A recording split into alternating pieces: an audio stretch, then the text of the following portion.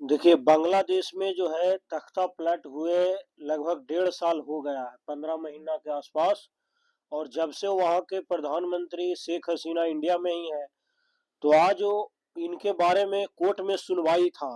और सुनवाई देखिए ऐसा हो रहा था कि लाइव सुनवाई हो रहा था, लाइव टेलीकास्ट एकदम देख रहे हैं ना सब स्क्रीन पर, यानी कि दिखाई दे रहा था सब बैठ कर अपना कि जज साहब क्या इनके बारे में फैसला सुनाते हैं।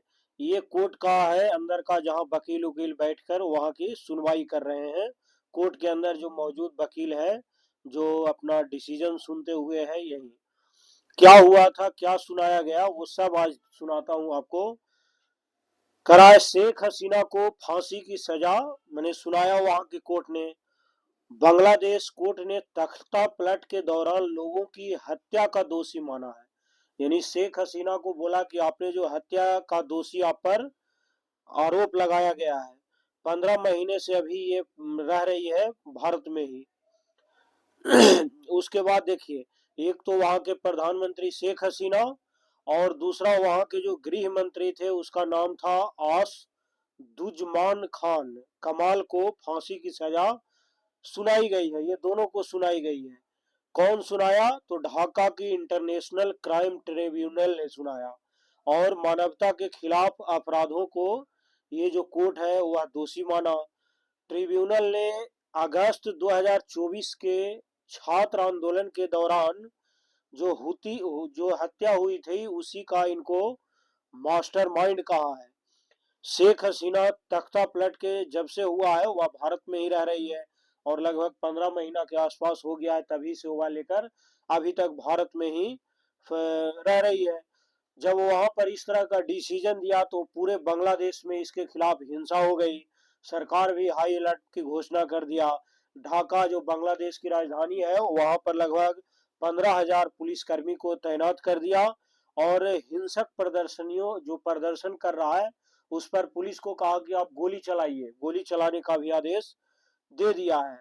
यानी शनिवार देर रात से रविवार सुबह तक ढाका में 2 बसों की आग अभी तक ऑलरेडी लगा दिया है, और देश भर में सुरक्षा व्यवस्था भी कड़ी कर दिया गया है। फैसला जब हो रहा था तो उससे पहले की कुछ तस्वीर देखिए। बांग्लादेश पुलिस शेख हसीना मामले में जो एक आरोपी था, आईजीपी थे, उनको लेकर पकड़कर ले जाया जा रहा है वहां के सिपाही के द्वारा। ये सुप्रीम कोर्ट के बाहर देख रहे हैं ना, सुरक्षा कर्मी वहां पर तैनात कर दिया है। ये वहां पर ढाका के जो शेख हसीना के खिलाफ ट्रिब्यूनल जो फैसले से पहले शहर में सुरक्षा बढ़ा दिया है सब जगह। अब थोड़ा सा देख लीजिए शेख हसीना पर क्या केस जो हुआ है वो क्या मामला था। ये मामला जुलाई अगस्त 2024 के है, जब उन्होंने छात्र आंदोलन के दौरान हिंसा हुई और लगभग 1400 से ज्यादा लोगों की मौत हो गई। हसीना पर आरोप है कि मानवता के खिलाफ अपराध लगाया गया है, क्योंकि आंदोलन रोकने के लिए बांग्लादेश की सरकार की एजेंसियों के ने निहत्थे प्रदर्शनकारियों पर फायरिंग की और ड्रोन और हेलीकॉप्टर के हमले कर दिया है, हेलीकॉप्टर से हमला किया। लीथल फोर्स का इस्तेमाल किया गया है। पुलिस को लीथल फोर्स के इस्तेमाल का ऑर्डर दिया गया, जिसमें स्टूडेंट अबू सईद की हत्या और चांद खारपुल नरसंहार शामिल है। एनफोर्स्ड डिसअपीयरेंस, सैकड़ों लोगों को अपहरण और उन्हें गायब करना, टॉर्चर और एक्स्ट्रा जुडिशियली किलिंग्स, लाशें जलाना, इसके अंतर्गत जैसे लाश जला देना हो गया, सबूत को ही खत्म कर देना, इस तरह के है। इंसाफ में बाधा डालना, ये सभी। फिर चार्ज शीट लाया गया। 6 आरोपी, इनके साथ 2 और आरोपी है जो एक गृह मंत्री थे वहां के, ये भी अभी भारत में है। और ये आईजीपी चौधरी अब्दुल अल नमून है, जो ममून है, वह सरकारी गवाह बने हुए हैं अभी। सबूत और गवाह 84 गवाह है, सब कोई डॉक्टर है, पूर्व अधिकारी है, ये सभी लोग अभी वहां पर शामिल हैं। हसीना की जितने भी प्रॉपर्टी है उसको जब्त करने का आदेश दे दिया है। हसीना और उनके सहयोगियों पर 5 तरह के आरोप लगाए हैं। आरोप नंबर 1 ये है कि आरोपियों पर हत्या, उसके बाद हत्या की कोशिश, यातना देने का आरोप। चार्जशीट में कहा गया है कि हसीना ने पुलिस और अवामी लीग से जुड़े हथियारबंद लोगों को आम नागरिकों पर हमला करने के लिए उकसाया, इसे बढ़ावा दिया और हिंसा रोकने में माने की नाकाम रहे हैं। आरोप नंबर 2 लगा कि हेलीकॉप्टर और ड्रोन से इस्तेमाल किया गया हथियार।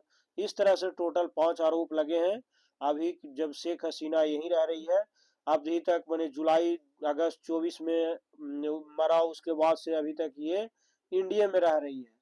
अभी ये इंडिया से तो जाएगी नहीं जब तक वहाँ की मामला शांत नहीं हो जाए, जबकि इनका पार्टी जो खुद का है वहाँ पर प्रदर्शन कर रहा है। ऐसा नहीं है कि बैठा हुआ है, लेकिन अभी इनके हाथ में कुछ है नहीं।